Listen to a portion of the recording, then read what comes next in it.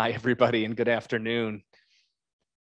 I want to thank you for joining us. My name is Daniel Horan, and I am Professor of Philosophy, Religious Studies, and Theology, and I have the privilege of serving as the Director of the Center for Spirituality here at St. Mary's College. I'm delighted to welcome you to this first installment of what has this semester been a new series sponsored by the Center of Spirituality titled the Ex Libris Author Lecture Series, which features authors discussing their recent publications on topics related to the mission of the center. Just a little bit about the Center for Spirituality.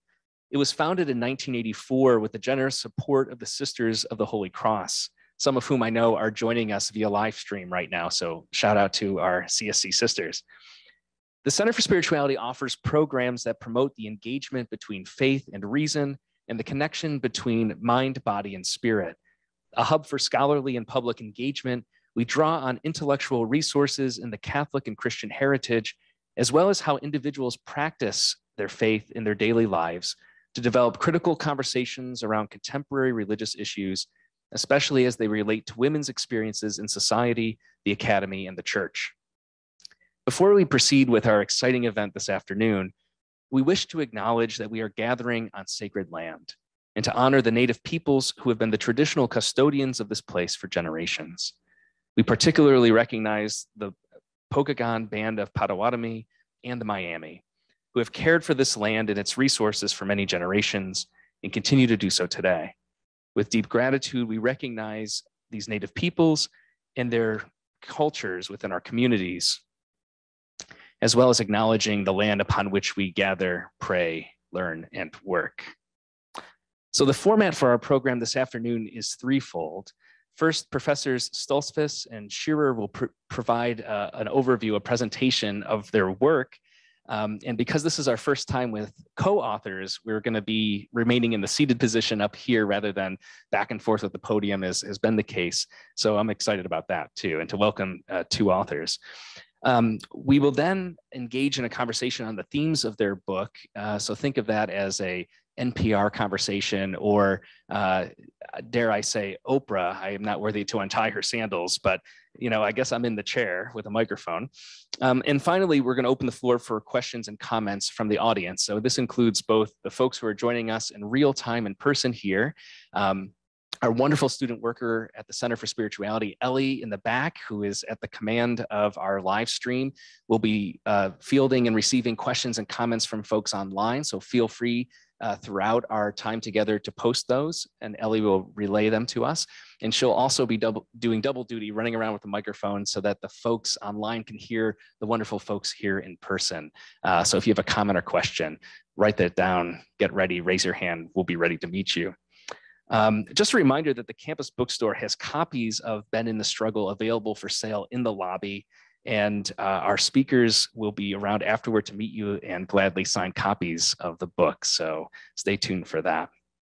Now it is my privilege to introduce our guests today.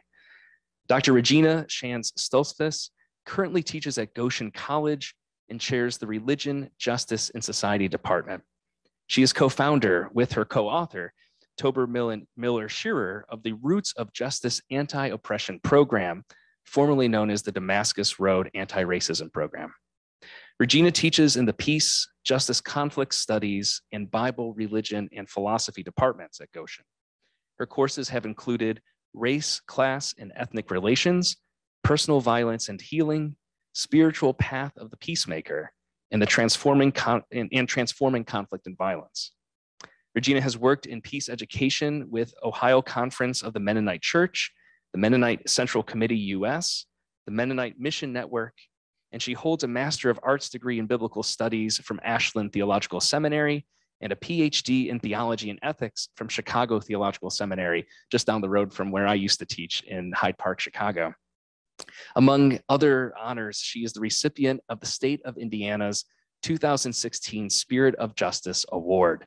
It is the highest award conferred by Indiana's Civil Rights Commission, and she is also the 2021 recipient of the Everence Journey Award.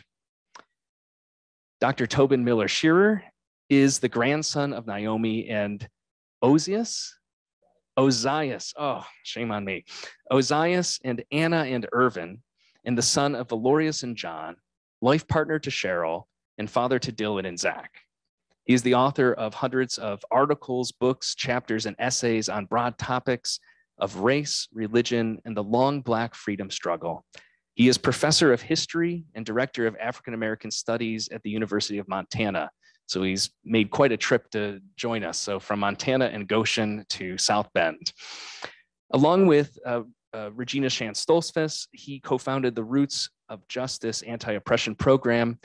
And more recently, he has stepped into the role of executive director of the anti-racism training and consulting nonprofit titled Wider Stand Consulting. Tobin did his PhD at Northwestern University, where I was delighted to discover, and we discussed earlier today, one of his dissertation committee members was none other than Dr. Christina Traina, who just a few weeks ago we announced as our 2023 Madaleva Lecturer. So a great circle being gathered around here. Additionally, word on the street is that Tobin also bakes a mean peanut butter pie, but I have not seen this to verify it. So we have been told, but we shall see. Please join me in extending a very warm St. Mary's College welcome to Regina and Tobin. Thank you.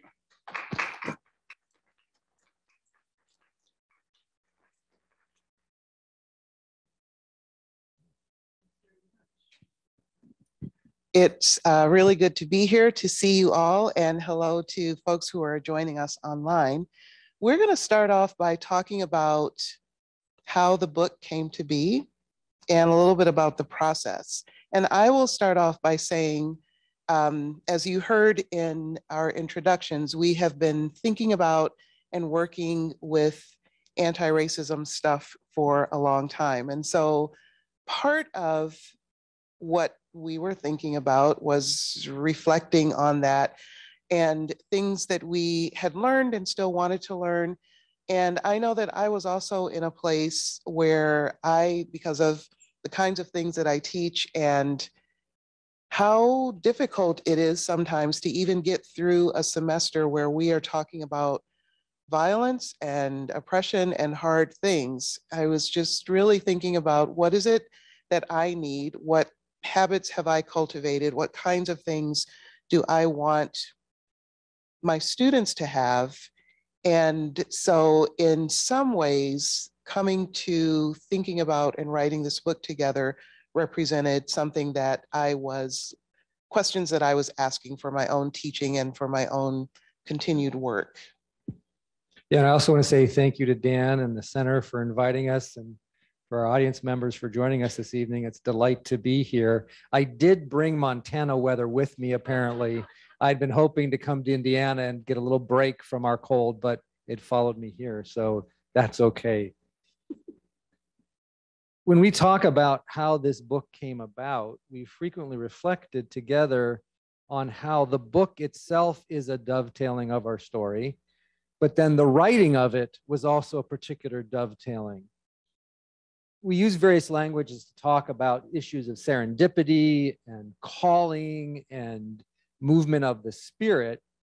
But I can remember at one point when we were in the midst of writing it, of us saying to each other that this felt like the thing we were supposed to be doing at this moment. And that sense of calling, of movement emerged again and again and again in the midst of its composition. And I think the fact that it came out in as short a time as it did is a testimony to that sense of mutual calling to the composition. And that moment, those kinds of moments are very much in keeping with the kind of thing that has been part of our relationship for a long time now. If you've read the book or when you read the book, you'll see a couple of stories where we get to a point and we just sort of look at each other and be like, yeah, that's the thing we're going to do. And that has been a real gift. The book is in many ways a testament to our collaboration over many years, but also to our friendship and trust in each other. So that's been very cool. Yeah, we actually start the book with a comment that it may seem ironic or counterintuitive for a book that is critical of those approaches to dismantling racism that just focus on relationship, for us to start with talking about relationship. But we also note that spirituality is often counterintuitive, and there's nothing that's not counterintuitive about the both and statements of the importance of relationship and the importance of orienting ourselves to systemic work in the midst of those relationships. And that was also part of the composition of the book. Mm-hmm. So let's talk about process. Let's do it. For a little bit. Sure, thanks. Talking about process, first let's talk about, so how did we even get started on thinking about writing a book together? There was an email. Is this the email from Herald Press? This is the email from Herald Press, yes. Yeah, an email came to us. We had begun doing work again in a more intentional and frequent way than we had for a little while prior to that, in the aftermath of the murder and torture of George Floyd, which had brought us sort of back into this work again. And then out of that context, I think even out of a panel we'd been on together that Herald Press either sponsored or been connected to, the publisher, Amy Gingrich, then came to us and said, hey, do the two of you have a book in you? And it turned out that we did. We did. And so we said, yes, we'd be interested. And then they said, can you send us a proposal? Which we did. Which we did. And they accepted it and we got a contract. And that was in November of 2020. That's correct. When we started the conversation. And our deadline was May of 2021, so that the book could come out in November of 2021. And I am proud to say that probably for the first time in my writing life, I beat a deadline. And it's in large part because of my partner here, who writes much faster than I do. Well, the writing styles is part of the story, though, as well. Because what we decided to do is that we wanted to live the story as we wrote it. So we set aside at least an hour a week where we would meet by Zoom and just discuss what it is we've been writing about and how that conversation then emerged, formed the book. In that I would say something, whether it was about the topics of culture and racism, popular culture and racism, or what it means to even define an anti-racist spirituality. And then Regina would springboard from that and then would come back to me. And we often took copious notes. And even for our conclusion, we actually transcribed it. And that became our conclusion because the particular conversation there was just so rich and really exciting. Yeah. So we divided up the chapters as, once we got an outline, divided up the chapters as to who would do the first draft of each of the chapters. And the rhythm of most of the weeks was that we would exchange drafts. Yours usually came on Thursday evening. Mine came on Sunday night, sometimes Monday morning, just in time for a Monday afternoon meeting. And we would talk about, we remembered a lot of stuff. We worked together for many years, so we remembered a lot of things. We helped each other remember things. We helped each other struggle through hard writing pieces. There was one chapter that I drafted that had the temporary title, "This Wretched Chapter." And just exchanged over the weeks back and forth and had lots of good conversation, good memories of the people in particular that we have worked with together over the years, and the memories of some hard things as well. Yeah, that's actually what I was wanting to say next, is that Regina's been avoiding telling you how long we worked together, but anyone who reads the book is aware it's been 30 years plus at this point, 3 decades. But one of the things that, and I'll test this out with you, Regina, I think that's made our relationship work for that long is that we're committed to being honest with each other. Absolutely. And that was a hallmark of the project we set in front of ourselves is that we weren't going to back away from any hard things we had to say about the mistakes that either of us had made. Mm-hmm. And we were not going to shy away either from backing away from assessing some of the hard things we had to say about institutions we'd worked with. We weren't going to attempt to try to make points or somehow get back at those institutions who'd given us very hard times, but neither do we want to pretend that it hadn't been a hard time. Right. And I think that was an important part of constantly reminding each other simply to tell the truth. Yeah, yeah. And it was a good process, I think. I looked forward to those meetings. Oh, yeah, I missed them. The other thing I was going to just sort of spin out a little bit, in the midst of exploring these themes, I became aware, as is often the case when writing a book, that I learned that I knew far more about the topic at the conclusion than I had at the beginning. Someone once reminded me that a writer is not so much someone who knows how to write, but a writer is someone who's found their way into a process through which something to say is made true and available. And I really appreciated the collective nature of that process writing alongside Regina, that I learned a lot from not just writing as a sole writer, but writing as part of a team, which we'd co-authored a book before, but it hadn't been as deliberately collaborative. Right. That way we sort of divide up a chapter, but this one, our voice is consistently presented in each chapter in very authentic ways, I think. I think so too. And I think that that was one of the things that, I don't know that we were so worried about it, but the publisher wondered, even as they had asked us to co-author this book, about how we would arrive at a consistent voice throughout the chapters. And my experience was that didn't seem to be terribly difficult for us.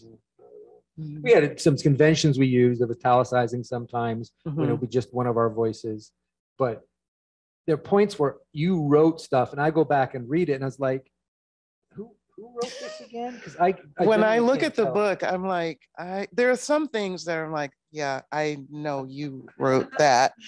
Not in a bad way. But there are a lot of places where it's like, well, who drafted that part first? Which is, I think that's a really good thing. Do we want to talk a little bit about reception of the book at Sure. this point? One of the stories we have is there have been people who've read it and written about it and said you did a good job, such as Dan here. Thanks again, Dan. Yes, thank you. But we also had, and I think to a certain degree expected that there would be those who either didn't get it or simply didn't agree. And there was one instance pretty early on where we had someone write a review from what we now understand to be a very conservative outlet, who read it and accused us of saying that religion with a capital R was responsible for racism, which is something we don't come near to saying in the book at all. We didn't say that. We are disappointed with religious institutions that we've been a part of for not having been a part of the solution, and that there is a role religion has played in perpetuating racism, but that no way the point of the book. Long story short, we think that the reviewer actually didn't read the book. Mm-hmm. And we talked to our publisher about what we should do about this. And in this instance, where usually they say just let it lie, we did write a response and posted it on my blog just to put something out there, which has been read probably more than his original review was read, which is sort of an interesting thing. But reception is always interesting to think about in the work we do. Yeah, we've had lots of conversations with folks in this kind of context, more things we've done digitally, but it has been good to hear the questions that people bring. So we hope that you all have some questions for us, but to see where these stories that we tell go in the various places where people are receiving them. One of the things that we should probably mention is the definition that we're using, because that's the question. So what is an anti-racist spirituality? What is that thing? Maybe it'd be helpful to actually read from the book about places where we attempt to do that. I have a favorite place where we attempt to do that. I should read that. Yeah. Should I just read it? Just read it. It's a short paragraph. Again, this is one of those places where I can't remember who actually did the first draft, but this is what we said. An anti-racist spirituality is a way of being in the world that draws on the unknown and unknowable, which some call spirit, others name the divine, goes by the word of mystery, relates to us as God. To encourage, empower, and enthuse amid the intention and the action to undermine the systems of white supremacy around us. It is marked by the knowledge of the warp and woof of race-based power, privilege, and oppression. It fosters truth-telling, first to self and then to others. It lifts up communal efforts, is not afraid of hard conversation, and invites laughter, joy, and human connection. An anti-racist spirituality encourages awareness of limitation while inviting all that has not yet been conceived, gestated, or birthed to move into the possible and be fully realized. It is strong. It does not demand perfection. It does not easily crumble.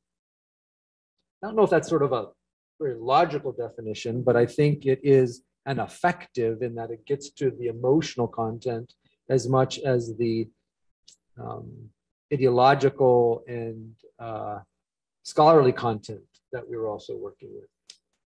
Yeah, and I think that it prepares the reader, which is something that we wanted to do for what we are exploring in the book, which is not saying here are a list of spiritual practices that you can do in order to be an anti-racist. That is not what we're doing, but instead gleaning from what we have learned, what we have been looking for, what we have found, and what we hope will continue to sustain us and others who are on some part of this journey of doing anti-racism work, anti-oppression work, broadly speaking.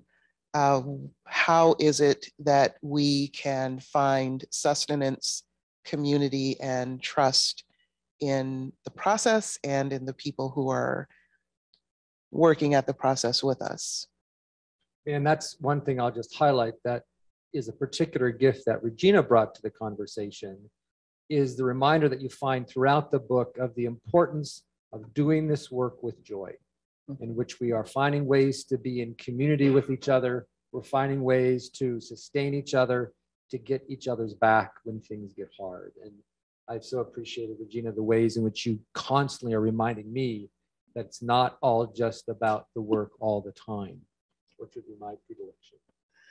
One really quick story, and you can tell us when we need to shift, but early on in when we started Damascus Road, when we started this anti-racism training program, we were both working for a church institution, and the organization that we started without their permission, actually, was under that. And so when we would have meetings, we worked with a cohort of co-trainers, and we would meet once a year, maybe a couple of times a year that first time. And so it was bringing people together. And so we, that took resources. And maybe this is just a Mennonite thing, but I don't think it is. We like to make sure that we're getting, we are wise stewards of the money, which can be interpreted as when we are together, every moment must be spent working, or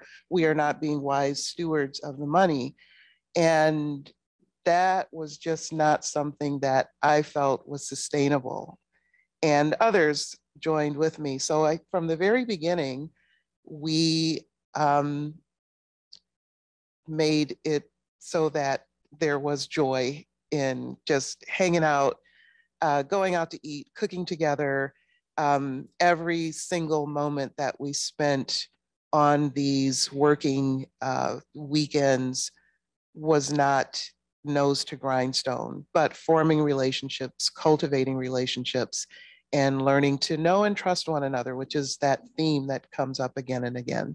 Very, very important, because if it's not joyful, if it doesn't bring joy in some way, we're not going to keep at it. We're not going to do it. And I remember some of those partners it was effectively our board at that point, saying to us, not when do I have to come to one of these meetings again, but when do I get to? Yeah. And I think, again, that was a real contribution you brought to the table there at the onset of our work together. I see Dan's turning on his microphone. This might be a good time just to switch to continue the conversation, but maybe for me to jump in a little bit too. First of all, thank you both for being here, for the work you've done for decades, if I may say so, and for writing this book. Tobin mentioned in passing that I have written about it and I read it and loved it, and it's true. For those who haven't yet read the book, it's very accessible, but it's also very deep. It's hard to find a book that's so well written, that's so well resourced, and so applicable. And so that is a free ad. And a reminder for those in person, you can buy the book in the lobby. But one of the things too that you've already hinted at in talking about the process, and I'm so grateful that you began with this sharing of your experience, because a lot of our students, a lot of the folks in the community here, both in person and virtually, I think, who've never written a book or aspire to or might want to collaborate with others, are curious about how does that actually get done. So thank you for some of the behind the scenes look at that. I also want to say too, a shout out before I go further, that I heard about your book right as it was being published in the fall of 2021 from a St. Mary's colleague in the mission division, Rebecca Go, who directs our Office of for the Common Good. And so she knew of my own interest in anti-racism work and said, you should really check out this book. And so thank you. I think Rebecca's with us virtually, so a shout out to her. Thanks, Rebecca. Yeah. Maybe a good place to begin. I have a lot of thoughts and a lot of questions and comments I'd love for you to engage before we open it up for comments and questions from the group here. The first is just a setting of our context. So we're at a Catholic women's liberal arts college. And so it's not presumed everybody here is Catholic or Christian or of any religious tradition. But since we come out of the Catholic tradition, there may be some folks who are less familiar, even in Northern Indiana, as we are, with the Mennonite Church and the Mennonite tradition, which deeply anchors your anti-racist work going back to the 90s and beyond, and this book itself, though it's not exclusive. I should say that from the outset. It's very ecumenical and very applicable to those of any Christian tradition and no tradition at all, I would say, the so-called nuns, N-O-N-E-S. Could you say a little bit about your, for those unfamiliar with the Mennonite Church, a little bit about your own spiritual and faith tradition and how your understanding of Christianity and gospel life and discipleship informs your work in anti-racism and anti-oppression? Mm-hmm. Yeah, I will start off by saying a question that I used to get a lot when I worked at some of the Mennonite institutions that are listed in my bio. People would ask me, so how did you meet the Mennonites? And I would say, well, I grew up in a Mennonite church. That's how I met them. But I grew up and was nurtured in my faith at an intentionally interracial Mennonite church that started off as a mission project of Mennonites in the 1950s. The unique thing about it was that it was intentionally interracial from its very beginning.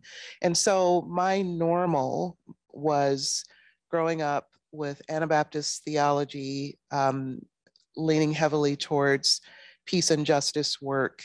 A lot of that meant during mid-century, mid-20th century, a lot of that meant anti-war sentiments.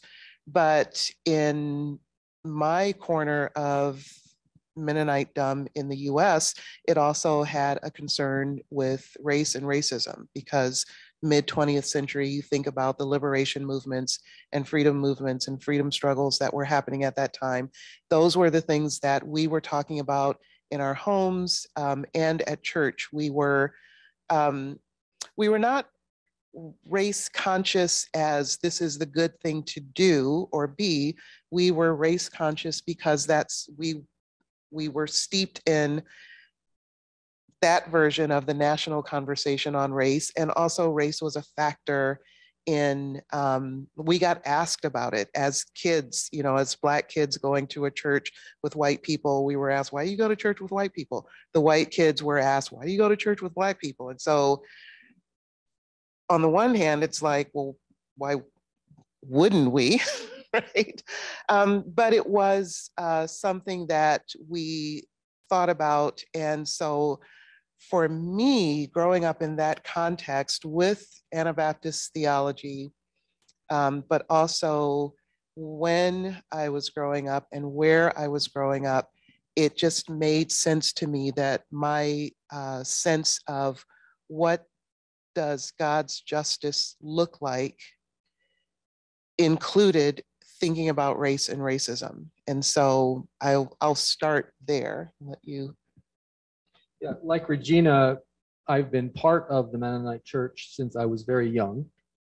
And my family lines go back that way. And that's actually been a dynamic we've had to work with in being very sure when we're talking to Mennonite audiences that we are equally authentic in our Mennonite identity, because too often names and family have defined that, and we are pushing back against that narrative. And so we've been very deliberate about that.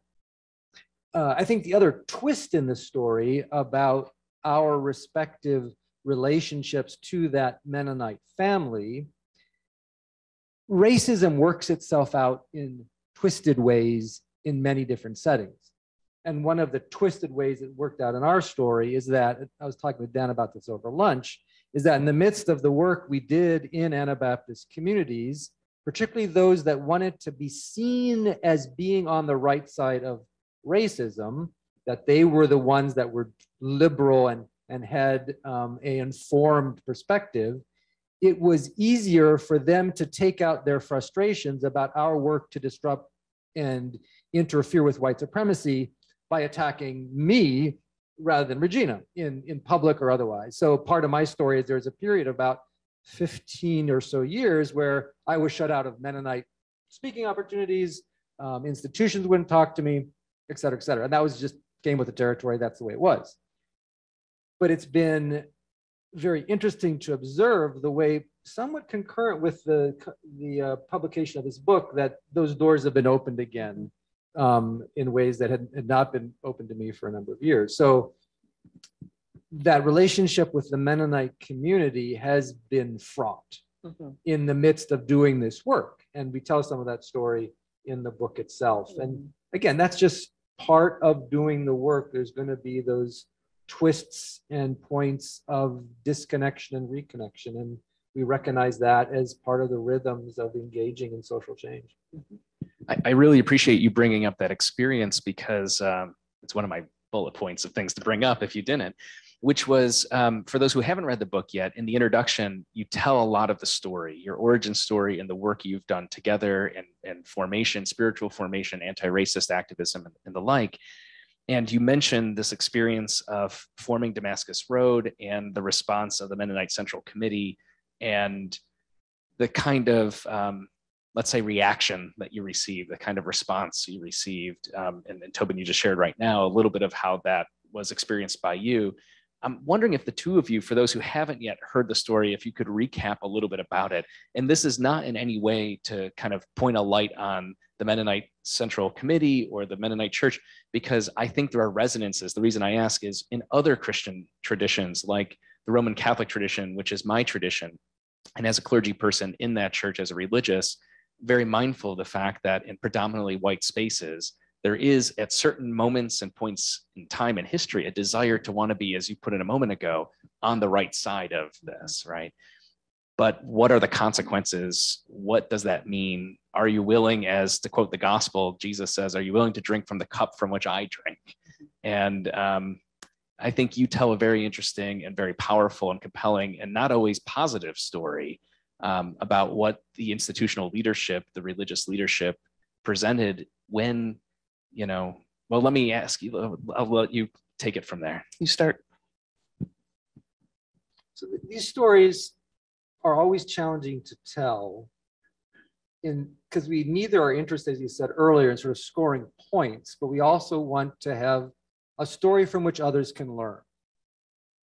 And our work within the context of Mennonite Central Committee was simultaneously one of the organization giving us considerable resources and a name that would be taken seriously within that community. And at the same time, pushing back hard anytime we would bring the attention of our work back home. It was one thing if we're out working with other Anabaptist groups and challenging them on their participation in patterns of white supremacy. It's a whole nother thing once we say, and by the way, we've got work to do here. And so that took form from everything from multiple attempts to fire me in my position to having trainings at the headquarters blow up because people came loaded with books and articles and anything they could use to what they had anticipated we would say before we ever said it. Mm-hmm. And that just kept replicating itself over time, not only during our tenure, but in our colleagues who had our positions after we'd left. Yeah, I would just reiterate what you said. It is a pattern that probably people in this room have experienced. You can say it out there, but when you bring it home and hold the mirror up to our own institutions, there's resistance to that. And one of the lessons that we have learned from that is a very predictable pattern. And so if, and you know, just to quote Frederick Douglass, if there is no struggle, right? And so we anticipate those moments of struggle, and sort of many of them are kind of predictable. And if they don't come in some way, it makes me wonder, well, are we doing it right? Did we miss a step? Because there is, I think, that human inclination to think that, well, that it does happen out there, it doesn't happen in here because we're the good ones, right?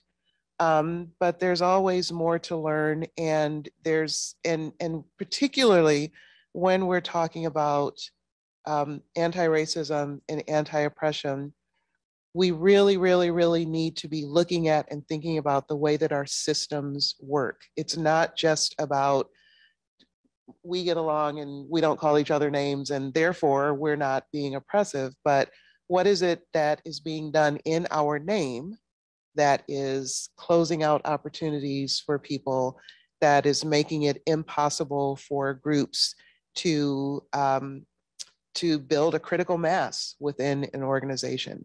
And I think that was one of the dynamics that was working in our favor in some ways to cause that disruption, is that there was at that time a critical mass of people of color and white allies we were not by any means lone voices pushing against the institution by ourselves, but we had a cohort of people, and we had that critical mass of people of color. I think was very, very important for what was possible and the things that did happen, good and bad, with the organization that we were working with at the time.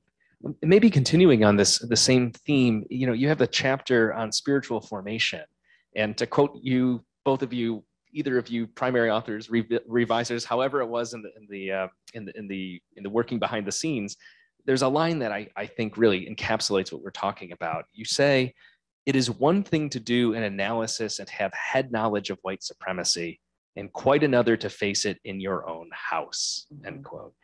And I think of that own house as we're reflecting on it and you're sharing, and I think of it in several ways. The family homes, for instance, and family units of white folks in particular, but people like myself, the institutional and religious houses of work and worship, like academic institutions, like faith communities, the home of our local community, our state, our nation in which one lives. I think of the state of Indiana, for instance, and Tobin and I talked a bit earlier today about the state of Montana, in many ways parallel in some of the home-like challenges. So I guess my follow-up question is, you know, what advice or guidance would you offer to folks, and I would suggest perhaps white folks in particular, who want to face white supremacy in their own house? What does that look like in practice? So we're doing a lot of work consulting with predominantly white institutions right now on this very question. And there's a couple key things we find ourselves continually referring to. One of them is to be able to maintain the state of non-anxious presence, which is a term that comes to us from the conflict transformation community that Regina has brought to the table, in the midst of that work. Because the bigger task in any of those settings is to decouple work on addressing the dismantling of white supremacy and crisis. Because most often, predominantly white institutions come to the table to do this work only because they've been pushed there from external forces or dragged there from internal forces, usually around the threat of a suit, of some kind of legal action. The more we can do the work without having that coupling of crisis and the work, the more powerful it becomes and the more sustainable. So I think that's one thing, being the non-anxious presence. Another quick two I would note, one is the importance of being stubborn. As we trace over time of the work that we've done, we note that those institutions that have been most successful in actually bringing about change simply have stuck with it and stayed in the struggle. And the final thing is, it's not enough just to be enthusiastic or make public statements about the work. It's really critical that you bring the sophistication to the work, that you have an understanding that some things are going to need to happen before others. There's a sequencing to the work that needs to happen. There's an importance of having a grounding in an analysis of the way that we need to focus on power, privilege, and hierarchy, not just celebrating differences, for instance. There's a host of other things that we talk about when we're doing consulting around this. But those are some of the markers that we've seen be particularly successful in these settings. And I would add, to understand and live with the reality that institutions are designed not to change. Institutions are designed to stay the same when people come and go. I talk about this with my students a lot, and we're in an institution of higher ed in this setting. The population is constantly changing. Of course, students are in and out in a certain number of years, but the faculty and staff are not there. And so any institution will put rules and regulations, policies, practices, and procedures in place so that they stay the same when the people come and go. And so recognizing that and thinking about, so if we want something to change, we have to be strategic about it, and we have to have a long-term strategy so that when I leave my job or a student graduates, the next ones that come along don't have to rebuild the same ground that the folks who were gung-ho and enthusiastic about it when they go on to something else, which is why that initial passion for a project is not enough to sustain it. You really need to have strategy in place, and it needs to be long-term strategy. And I think too that it's helpful to have folks on the inside that are working on the strategy and folks on the outside that can also push the institution along.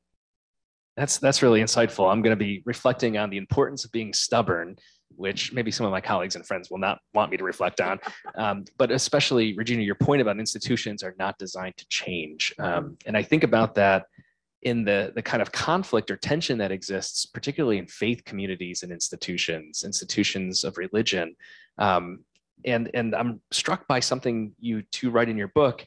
You say, the kind of love that grounds an anti-racist spirituality is not just about fondness, care, or tenderness. Mm-hmm.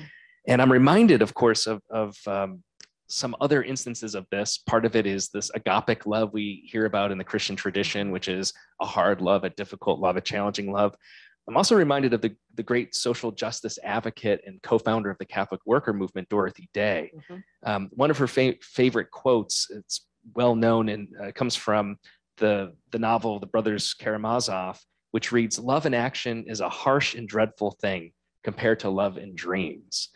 And I'm curious, given your emphasis on grounding in the faith tradition, a grounding in spirituality, a grounding in joy, how do you understand the love that Christians are called to live? And what does this love have to do with the work of anti-racism? The first thing that I think about with that question is, if we step back and ask the question, so what does justice look like? Does justice look like you are not physically harming me or calling me names in this moment? Absolutely, right? I'm all for that. All for people not calling me names, all for people not harming me. But justice also looks like everyone's needs are met. And so part of the work, part of that love is saying, whose needs are not being met when we're thinking about the way that racism and other forms of oppression work? We're thinking about harm being done, but also thinking about who has access to things, whose needs are being met, whose needs are being met at the expense of other people's needs not being met. What does justice look like in that setting? And so for me, that's the kind of love that I think that we are called to, a love that makes space for justice to happen. And so it is pushing up against those things that feel really good to someone because their needs are being met, and they may not recognize that their needs are being met at the expense of someone else's. And so part of the work is, yeah, this is how this has happened. The land acknowledgement that you did at the very beginning of our time together is representative of that. It is a reminder that this land was not empty, right? This land was not empty, and there were and are and will be people who have had many things taken away from them so that many others of us have access to what was taken away from them. So that broad question of, is it Cornel West? Love is what justice is. Yeah. I'm afraid to say the quote because I don't want to say it wrong, but it's something like, love is what justice looks like justice is what love looks like in public. Thank you. So that, yeah, around the garden to get to that quote. Yeah, thank you. I love the question about love. I mentioned that we're doing a lot of work with predominantly white institutions who have come to us in our wider stand work that we're doing together and said, we want you to do an audit for us. And one of the things that have jumped out to me, now that we've done a dozen or so in the last year and a half, is we'll get to the debriefing point where we've had a team, they've done an in-depth dive of their documents, done focus groups, and brought back recommendations. And every time, the shock in the room is palpable after we read our 30-page report, in which we're not just saying, you are doing great work. Let's tell you the great work that you're doing. And you're doing such a great job because you came to us to ask to do an audit. But actually, we're coming back with, we think there are some really, every time, there's significant issues. Here are the significant issues that we want to bring to you.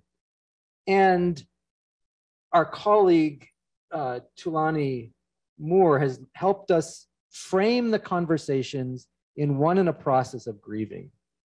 That part of the loving work we're doing with these clients is giving them some hard truth and walking with them as they grieve that they're not where they thought they were. And they've got more work to do than they had ever even conceived of. And it's a discipline for us as the ones bringing that information is not to do it to beat up on them, but out of a sense of love and concern and compassion, that we don't want just to give you a message that will end up with you not doing anything differently, because that clearly is not working for you. And there's some things you need to do differently, and they're going to be challenging, but we think that's the way forward. I appreciate that. It gives another kind of texture to the old time expression, tough love, right? In a non-abusive, non-aggressive way, but love can be hard, right? Hard to receive, hard to give. So I want to make sure we have time for comments and questions from our in-person and virtual audience, but I have one particular question for each of you respectively. I have lots more things, so if people are still thinking of things to say, I can always revert back to my bullet points. But let me begin with you, Tobin. As someone who strives as a fellow white man to do the work of anti-racism, who believes in the importance of spirituality, and who knows that white people and predominantly white institutions and communities rarely talk about systemic racism, let alone whiteness, as you alluded earlier, I really appreciated your statement that and I quote, white people need to start by spending some time talking about being white, end quote.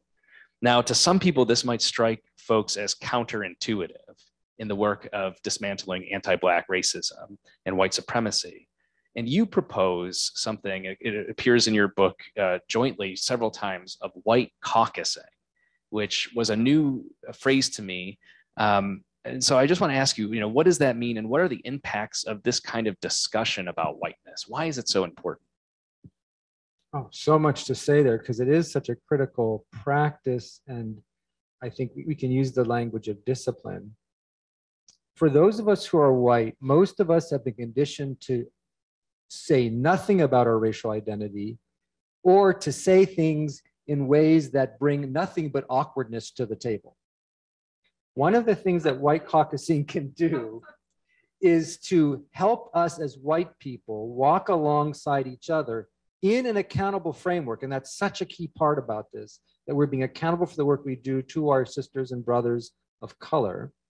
But it can be a way for us to practice, to stumble, to learn to have more sophistication and nuance, to be better partners in the work of dismantling racism in a setting where that's not proving costly for people of color, to have to listen to us try to get the words of racism out of our mouths, to try to say something about us as white people that is reflective, that helps us be better allies rather than those who aren't equipped to do the hard work. Those are spaces for us to explore that. And I've done some writing. The book talks about some principles that we can use to guide that. But it is a space to practice and learn in ways that isn't proving costly to our brothers and sisters of color. Thank you. I think it's really important, and there's a lot more to unpack there. I have so many more things to say to both of you, but one last note before we open this up. For you, Regina, one of the things, just for our audience, in the book itself, you have so many very compelling, moving, challenging stories, as you've mentioned in your introduction. And I was struck in a particular way by the story of your mother's book, the children's book, and the disparity between its illustration and the lived realities that provided the very foundation for the story. It is striking. Can you tell us, especially those who haven't read the book or don't know the story yet, what happened in this children's book? And what lessons might you see about systemic racism and white normativity that play out in this case that could be instructive? Yeah, I love telling that story for one very large reason. My mother was the champion of making sure that her children knew Black literature, Black arts. She was a theater kid, and she raised us to be theater kids. And so stories and books and plays and music were part of our existence. My mother also is a writer, and she wrote stories for us. And she wrote a book that she had published in the late 60s, early 70s about our actual bird named Snowflake. The book is called Snowflake.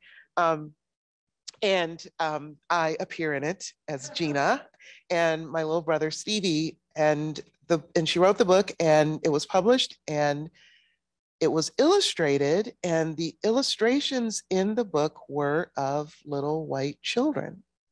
It was a white family that was depicted in the book.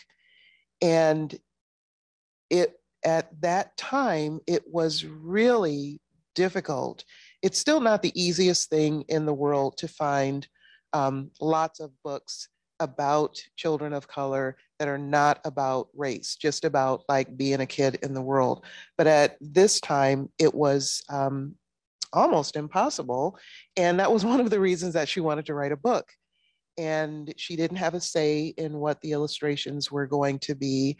And I actually had to find the book. I have a copy of the book that I think I either bought it on eBay or somewhere because my other copies of it that I had when I was a kid, I don't have anymore.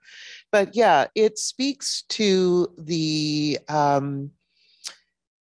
pervasiveness, but at the same time, the supposed normalcy of what a family was at that time and continues to be. I would say, listen to some of the pushback on what children should be taught in school, K through 12, and you will hear echoes even now of people's ideas of what a family, particularly what an American family, is supposed to look like and be. And so that kind of pushback is not the same as it was in the early 70s, but it's still there, it still remains.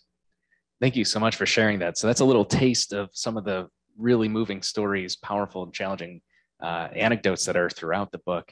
And I'm reminded too that the sense of white normativity, you shared a bit about this question very early on when people ask like, well, how did you get hooked up with the Mennonite church, as if you weren't a lifelong Mennonite? Right. And I know that so many of my sisters and brothers and other siblings of color in the Catholic Church often get that, especially with this erasure, as it were, of a longstanding historically Black Catholic community.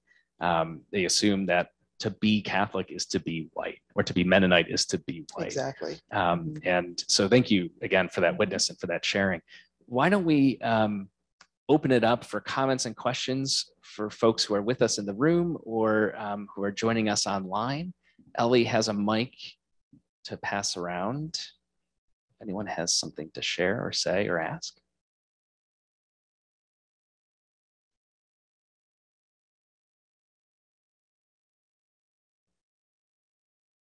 Not everybody at once. Back, yes. Hi, thank you so much. One of the things that's just already ruminating and I'm going to keep thinking about is your early comments about the importance of joy in this work. So it's inclining me to ask another, I don't know, maybe more optimistic question, which is I'm thinking about how long you two have been doing this work. Are there things about this moment and the conversations that you're involved in that are giving you hope?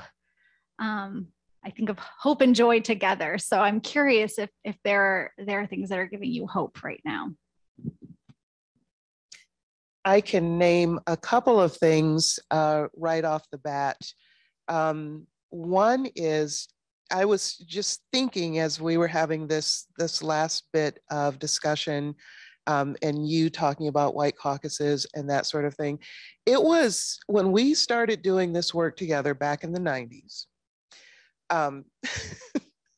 People didn't want to be called white.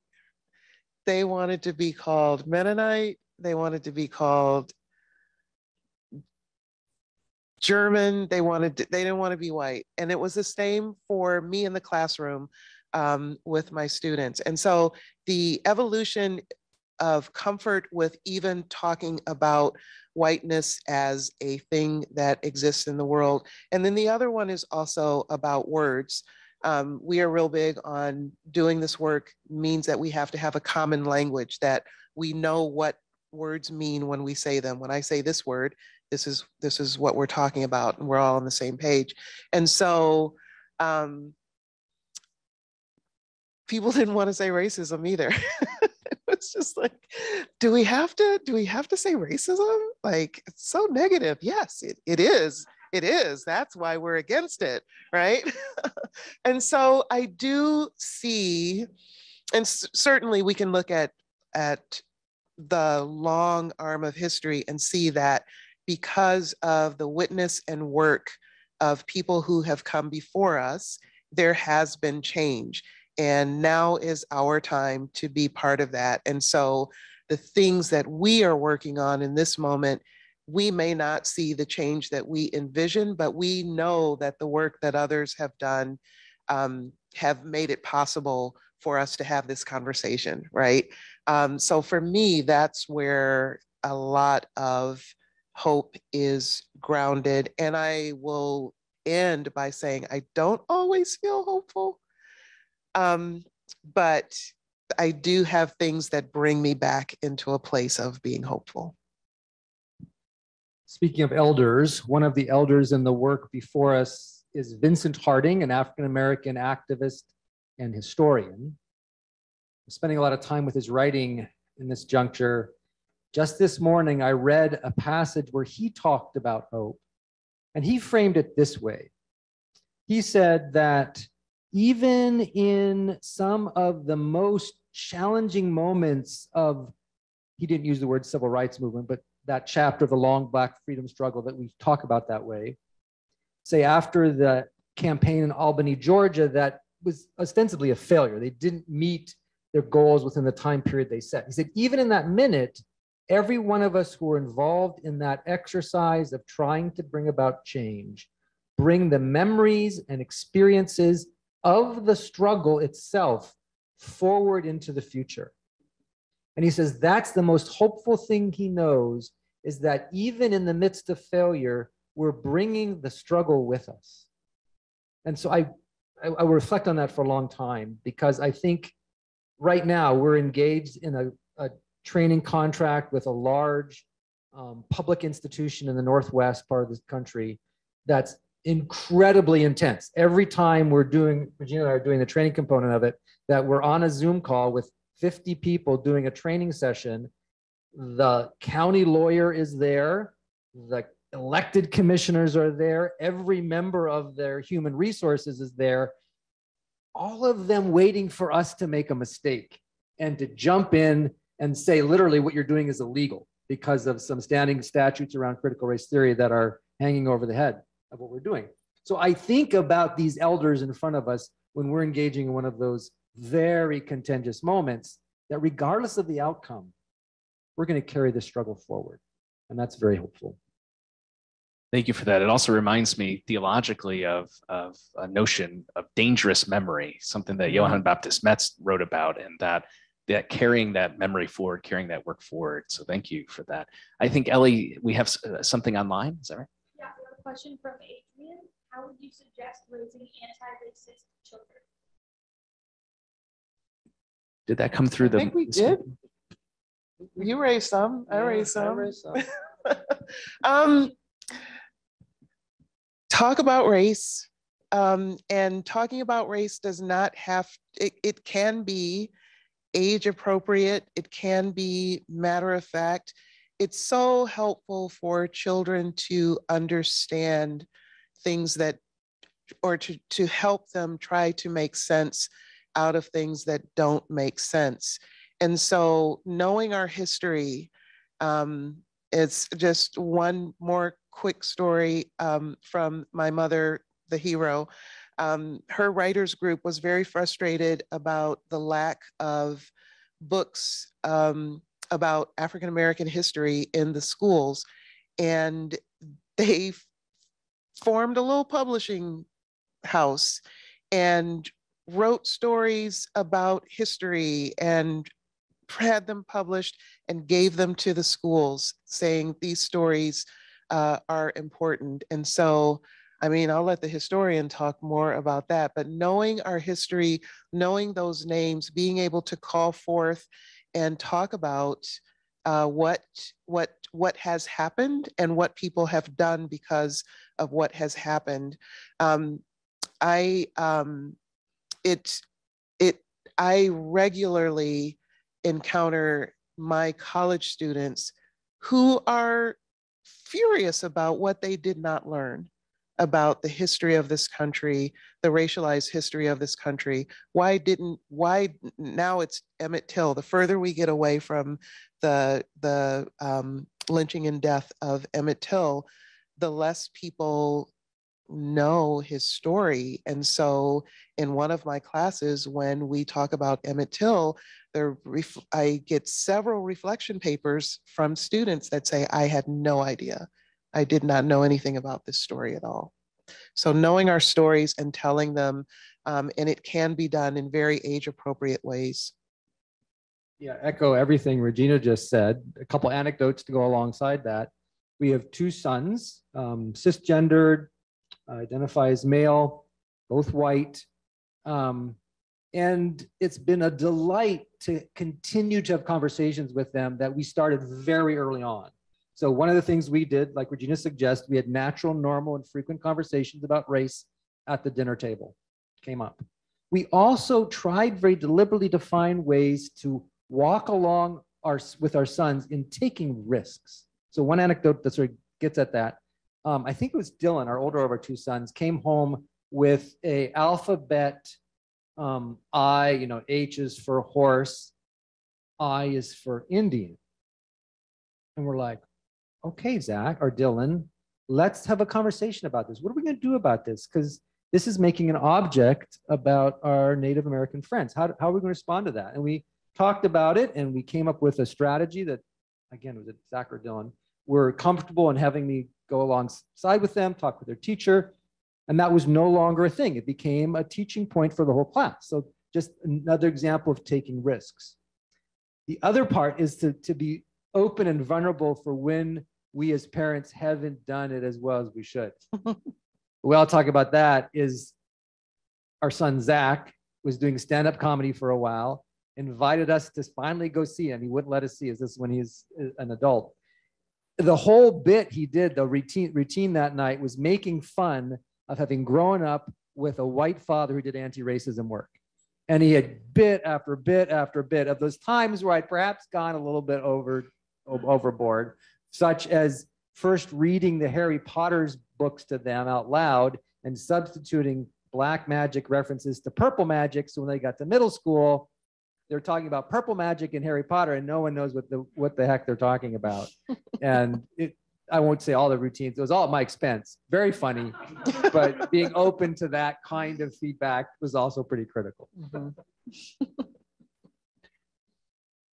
Yes, down here. Ellie's got the microphone for our friends online.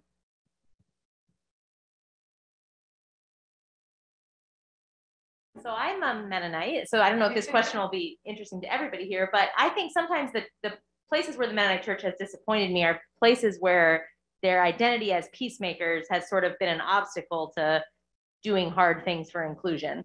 And so I wonder, because it's somehow easier to not rock the boat or to keep all the sides happy or something like that. And so I wonder if you've run into this working in, I mean, I'm sure you've run into working in Mennonite spaces, but I wonder, like, so how do you get Mennonites to kind of loosen their grip on that peacemaker identity enough? Because I think the justice and peace obviously go hand in hand, and Mennonites care deeply about those things. But I just would wonder if you've run into that kind of obstacle and how you think about shaking it up a little bit sometimes.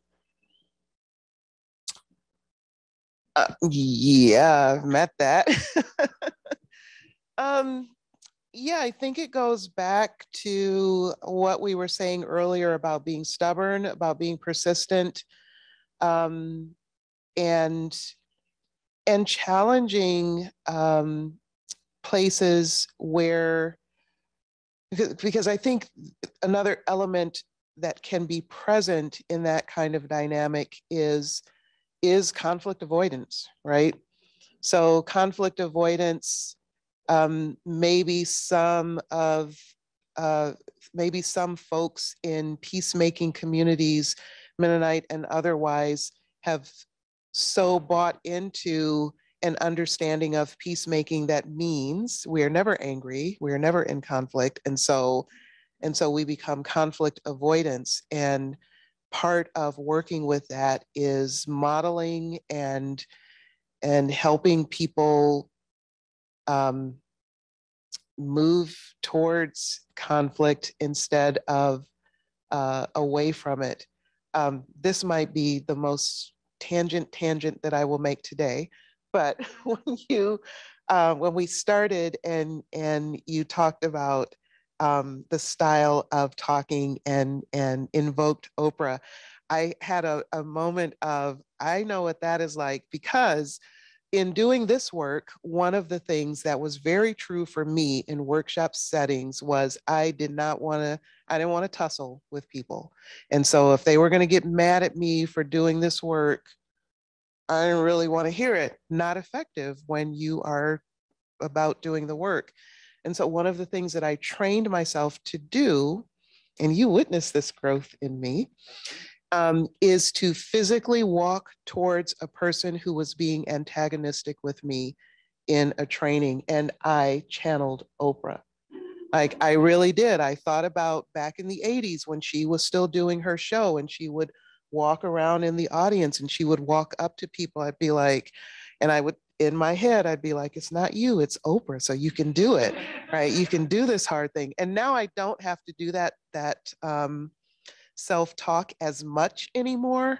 But it was a way that I helped myself not be conflict avoidance, because if I'm going to do this work, then I got to be able to walk into it. And hopefully that modeling that for other people as well. The identity of white, let's talk about it as whiteness, is consistent, but it's also particular. In the case of white Mennonites, one of the expressions of whiteness in that community is that when faced with conflicts around challenges to white supremacy, white privilege, white identity, our observation has been that white Mennonites flip in one of two directions. All of it's about conflict avoidance, but it either goes the pathway of quiescence or the pathway of petulance, where quiescence is drawing on this idea that we're the quiet in the land. And so we haven't really participated in racism to the same extent as all the other white people.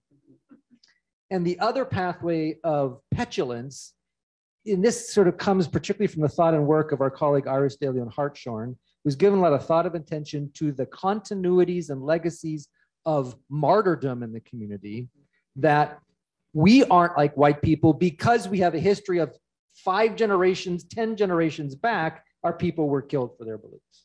So we also know what it means to be marginalized. And all of that are distancing maneuvers from dealing with the conflict necessary to actually address issues of the expression of white supremacy right in our own house. So having named those patterns, I think, is the first step for many of us who are white Mennonite to be able to have a possibility of being more comfortable with the conflict that's going to be implicit in this work. And that's been a challenge for sure. Thank you for the question. We're just about coming to the end of our time. I can't help resist thinking of Oprah as a patron saint of sorts, as she is for so many people. In Latin, the invocation for an intercession of a saint is ora pro nobis, pray for us. But I feel like we can abbreviate that to Oprah pro nobis, Oprah for us, which might be a good mantra in settings like that. Though I'm sure there are a lot of other comments and questions, both in person and online. I want to respect the time of our guests and the time of those joining us, and draw this time together to an end. But before I do so and extend one more final note of gratitude to Tobin and Regina, to just share with the community gathered here, our faithful remnant in person and those joining us in multitudes online, that this is the last of our 3 Ex Libris author series presenters and presentations this semester, but we have 3 more lined up in the fall. So keep an eye out at stmarys.edu/spirituality. We'll be updating that in the coming weeks and months. And we'll have more events as well posted for our fall semester where you'll be able to join us in person. And hopefully the pandemic recedes enough so we get more people in person, but always as well in live stream. So please, for those virtually and those in person, join me in thanking Regina and Tobin for your work, for your conversation, for your witness, and for this fantastic book that you've broken open in greater detail for us this afternoon. Thank you.